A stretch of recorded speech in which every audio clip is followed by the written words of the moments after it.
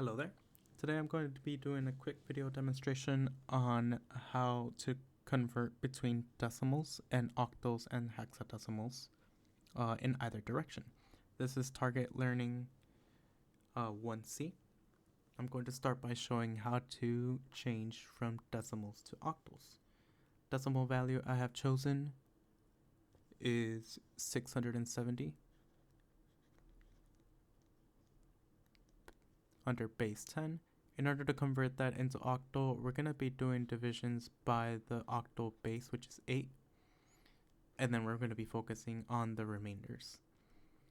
So 8 fits into 670 83 times, with a remainder of 6 on radix position 0. If we keep on dividing, since we still have a whole number available, divide again by 8, and this fits 10 times with a remainder of 3. Divide one more time. 8 fits into 10 once, with a remainder of 2.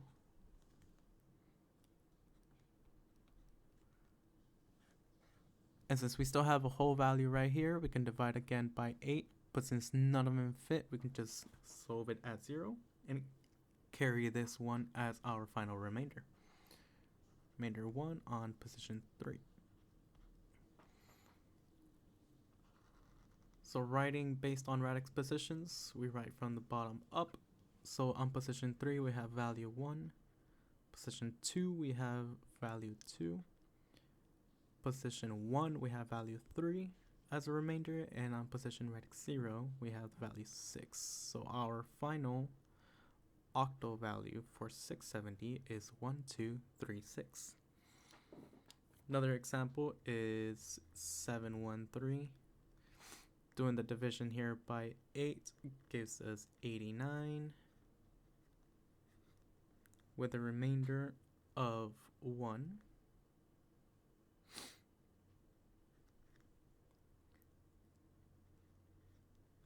Eight fits into 89 11 times with another remainder of 1 one more time. This is radix position 0, radix position 1.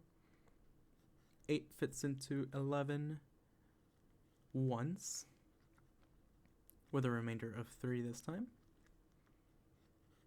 And then one more time, we can put in the 8 into the 1. We cannot do that, so we can just divide by, get a resultant of 0, and carry over our remainder of 1.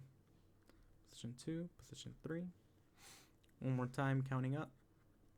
We're going to have values in remainder from position 3, position 2, position 1, and position 0. So our final value of 713 in decimal, from decimal to octal, is 1311. Similarly, from decimal to hexadecimal, we can apply the same rule and same concept. Instead of dividing by 8, we're going to be dividing by the base value. Hexadecimal base value is 16. For example, if I have the value of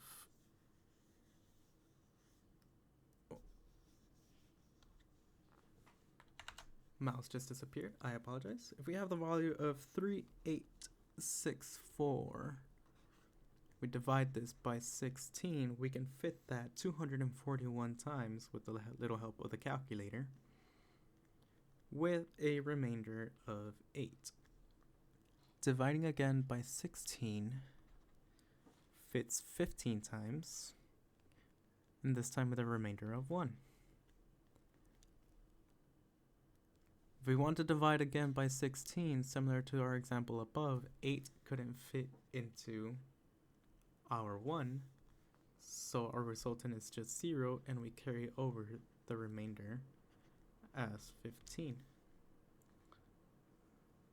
So our values for position 0, 1, and 2 are 15, 1, and 8. In hexadecimal form, we borrow the letters A through F after the number 9. So the number 15 represents the letter F. Our final hexadecimal solution is going to be 15 represented as F, number 1, and our 8.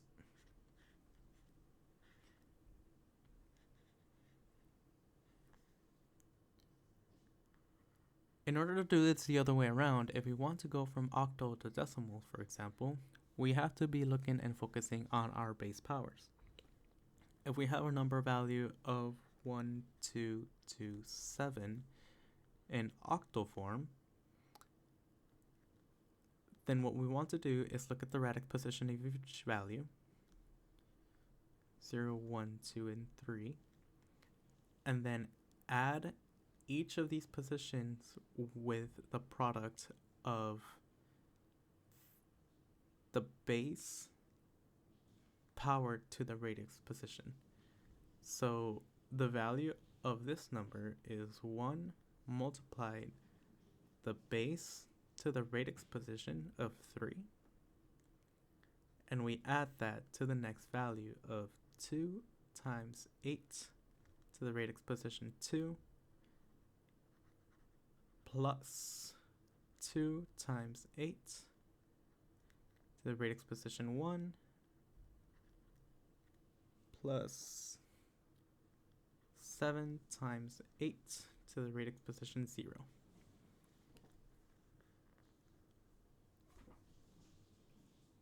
Eight to the power of 3 gives us 512 times 1 stays as 512. 8 to the power of 2 is 8 times 8, 64 times 2 gives us 128. 2 times 8 to the power of 1 is simply 2 times 8, we get 16. And then anything to the power of 0 is just 1, so 7 times simply 1 is 7. The summation of all of these things right here gives us the value of 663.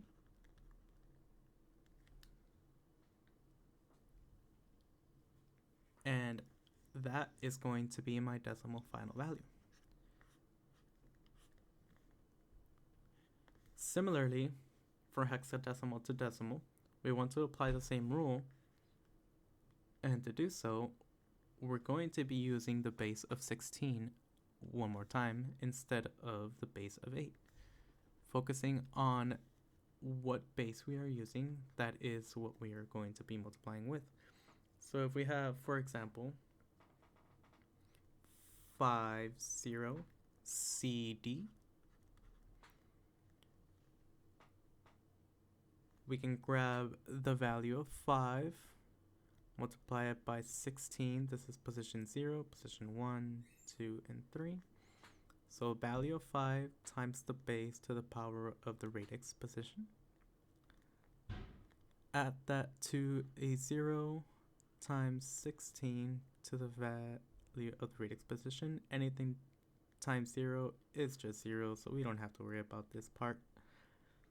Add that to the value of C. In hexadecimal form, the value of C is equal to 12. So 12 times 16 to the power of 1. And then finally add that to D, which is the value of 13 times 16 to the power of 0. 16 to the power of 3 times 5 gives us the value with our friendly calculator of 20,480. Plus this 0, if we want to keep it and not ignore it, plus 12 times 16 gives us 192. Plus 13 times 16 to the power of 0 is just 1, so 13 times 1 is 13. Finally, the summation of all of this gives us our final decimal value of 20,685.